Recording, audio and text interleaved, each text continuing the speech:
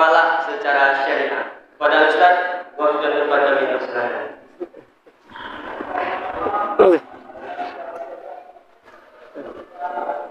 Al-Quran bisa.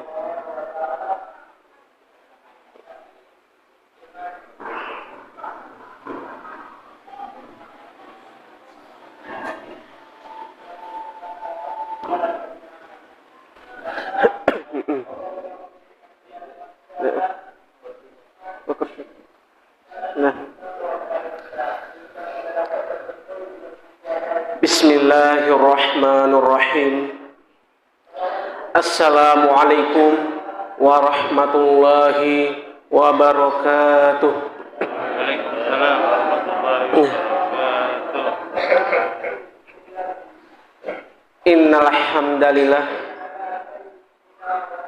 Innal hamdalillah nahmaduhu wa nasta'inuhu wa nastaghfiruhu wa na'udzu billahi min syururi anfusina wa sayyiati a'malina.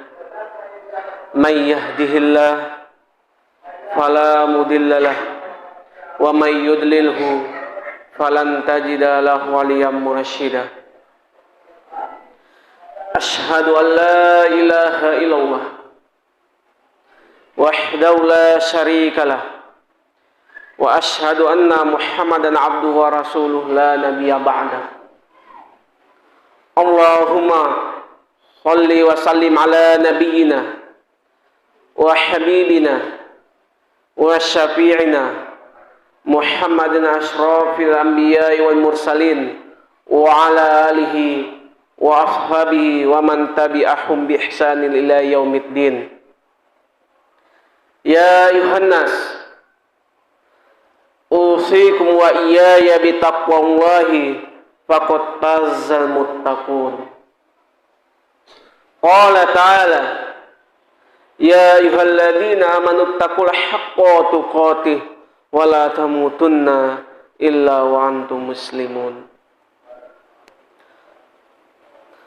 Qala Allah subhanahu wa ta'ala fi kitabihil aziz, bismillahirrahmanirrahim. Qul huwallahu ahad, Allahu samad, lam yalid wa lam yulad wa lam yakul lahu kufuwan ahad. Shadaqallahul azim. Ma'asyiral muslimin rahimakumullah. Pertama-tama yang paling utama, marilah kita panjatkan puji dan syukur yang mana Allah telah memberikan kesehatan dan kelapangan sehingga kita dapat berkumpul di musola kita ini. Kemudian sholawat beserta salam tidak lupa pula kita sanjungkan, yaitu kepada Nabi kita, Nabi besar Muhammad sallallahu alaihi wasallam. Rasulullah telah memperjuangkan agama kita dari zaman dahulu hingga zaman sekarang, dari zaman jahiliyah menuju zaman Islamiyah yang kita rasakan pada saat sekarang ini. Ma'asyiral muslimin rahimakumullah. Yang saya hormati bapak-bapak, ibu-ibu jemaah tarawih yang dirahmati oleh Allah. Yang saya sayangi adik-adik jemaah tarawih yang dirahmati oleh Allah. Gimana kabar ibu-ibu, bapak-bapak? Sehat? Alhamdulillah sehat. Saya pikir tadi nggak sholat sini, hampir kunci musolanya. Rupanya ada jemaahnya. Nggak ada pasti jemaahnya ini. Terpikir ini kunci, samping kunci. Rupanya banyak jemaahnya ya. Ya. Hari keberapa ini? Hari ke-6 ya. Biasanya karya ke-6 itu udah mulai nurun-nurun tuh, Bu tuh. 6, 7, 8, 9 tuh. Yang penuhnya itu hari pertama cuman tuh. Dimanapun saya ngisi itu penuh tuh. Sampai ke terasnya nggak muat. Penuh. Pertama, kedua, ketiga, keempat, kelima, keenam. Baru nanti nurun ke 10, 11 seperti pemain bola. Ada babak penyisihan, babak semifinal, babak final. Siapa nanti yang KO yang terakhir nanti kita buktikan, Bu. Istiqomah sampai terakhir nanti, Bu. Pak? Insya Allah. Kita buktikan ya. Mudah-mudahan istiqomah sampai terakhir. Begini juga ramainya. Hari ke-6 walaupun masih selanjutnya tetap ramai. Ma'asyiral muslimin rahimakumullah. Adapun tema ceramah agama pada ini malam yang berbahagia adalah bermuamalah secara syariah.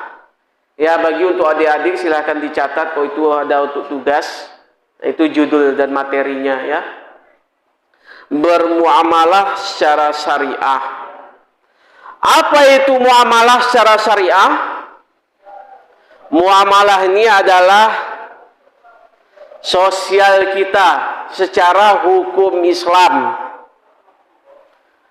Kita terapkan secara syariah.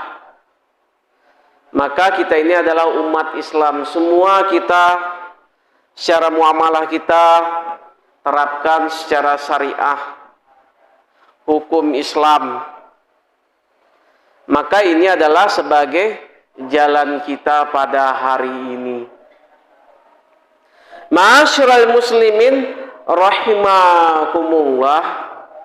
Maka penjelasan ini muamalah ini panjang nih sampai ke bawah. Ya, dari kajian Islam, ibadah, kemudian muamalah, turun lagi ke bawah. Muamalah ini macam-macam dia. Masuk dia hukum-hukum Islam, hukum perdata, hukum pidana. Kalau hukum konvensionalnya, kalau hukum Islamnya ada hukum keluarga, ada hukum hukum ekonomi syariah, penjabarannya. Dan di sini yang terkhusus dia adalah muamalah ini secara syariah, yaitu secara kita ini yaitu sosial. Maka di perguruan tinggi ada jurusan ini muamalah, yaitu hukum ekonomi syariah. Gimana secara hukum ekonomi syariah itu transaksi, jual beli, gadai menggadai, kemudian kredit, gimana kredit syariah, gimana jual beli online secara syariah, gimana simpan pinjam secara syariah. Itulah yang kita terapkan pada hari ini, kita pelajari sebagai kajian kita pada hari ini. Ma'asyiral muslimin rahimakumullah. Saya menjelaskan secara sistematis, Bu ya, Pak, apa yang bisa dapat dipetik pelajaran dari ini malam yang berbahagia, bermuamalah secara syariah. Maka Allah berfirman di dalam surat Ali Imran ayat 131, ya ayyuhalladzina amanu la ta'kulu riba mudha'afatan. Wahai orang-orang yang beriman, janganlah kamu memakan riba secara lipat ganda, berlebihan. Maka ini tidak boleh dalam hukum Islam. Inilah paling marak terjadi di negeri kita ini, baik itu tingkatan dunia sampai tingkatan internasional, nasional, lokal, provinsi, dan wabil khusus Indonesia ini, Riau ini paling banyak yang menerapkan riba. Ingin cepat kaya mendadak, cari keangkuhan, cari kesombongan. Akhirnya apa? Tidak ada keberkahan dari ribanya itu. Memakan pipi proyek-proyek yang tidak jelas dari hasil-hasil riba, maka tidak menerapkan secara syariah. Perlu kita teliti. Maka ini penting. Dari mana sumber rezeki yang kita dapat, kita gunakan, kita manfaatkan, dari mana sumbernya? Halal atau tidak? Mengandung riba atau tidak? Perlu kita teliti pada hari ini. termasuk secara syariah atau tidak, secara hukum Islam atau tidak, perlu kita teliti pada hari ini. Mari kita koreksi. Masyiral muslimin rahimakumullah. Betapa banyaknya rentenir-rentenir pada hari ini mempromosikan lewat WhatsApp, lewat Facebook, dan lewat ponsel, nomor HP. Dari mana dapatnya nomor kita ini? Anda butuh pinjaman, bunganya sekian, 2, ini Bu. Dari mana dia dapatnya? Inilah maraknya pada hari ini, betul Bu? Banyak masuk ke handphone kita. Akhirnya apa? Kita nekat, lakukanlah pinjaman online. Yang mana pinjaman ini yang berbentuk koperasi, abal-abal, berkedok syariah pula. Paling banyak yang terjadi pada hari ini itu mencari mangsa, mencari target. Apalagi Bu? MLM ya Bu? Nah, ini ibu-ibu ini suka nih. Kok di tempat saya, kok sini kurang tahu saya tuh. Oh, udah bahas MLM Bu. Oh, ini sekian pinya, sekian apanya. Yang di atasnya memamerkan kekayaan, yang di bawahnya dikencingnya. Bisnis setan yang paling marak pada hari ini. Betul Bu? Nah, mudah-mudahan sini nggak ada yang terlibat itu Bu ya. Bisnis setan ingin kaya mendadak, mamer kekayaan, yang di bawah itu menjadi apanya? Mangsanya. Akibat apa? Tidak menerapkan bermuamalah secara syariah. Yang ML abal-abal, asuransi abal-abal, yang pinjaman abal-abal, koperasi abal-abal. Akhirnya kita tergiur. Maka inilah hati-hati kita Bu. Semua riba, terus riba. Ya Bu, ya jangankan buat stroke om bapak ya. Berapa rezeki yang dapat syukuri, begitulah kemampuannya. Syukuri berkah. Berkahnya itu perlu Bu. Dapat rezeki sini, alhamdulillah. Ini gak bisa tetangga melihat kemajuan, tetangga beli kompor gas kita yang kepanasan. Tetangga yang beli AC kita menggigil kedinginan. Tetangga yang beli kulkas kita juga menggigil kedinginan. Tetangga beli mobil kita yang naik tensi. Akhirnya apa? Nekat selaku suami mengambil uang-uang riba. Uang-uang tidak jelas, uang horor, uang tipuan. Akhirnya apa? Kita terlilit hutang. Ya, hati-hati dengan riba ini. Ya, kaki kita diikatnya, tangan diikat, leher diikat, akhirnya kita yang dituntunnya. Ayolah. Begitulah, hati-hati. Maka hukum dari bermuamalah secara syariah ini, uang dengan uang tidak boleh, haram hukumnya. Nggak boleh. Kalau uang dengan barang boleh. Paham maksudnya sampai di sini Bu? Inilah kebanyakan di kalangan awam merasa dia yang paling pintar, paling hebat. Ya, bedanya di mana? Di akadnya. Akadnya beda. Ya, kita nikah kan pakai akad.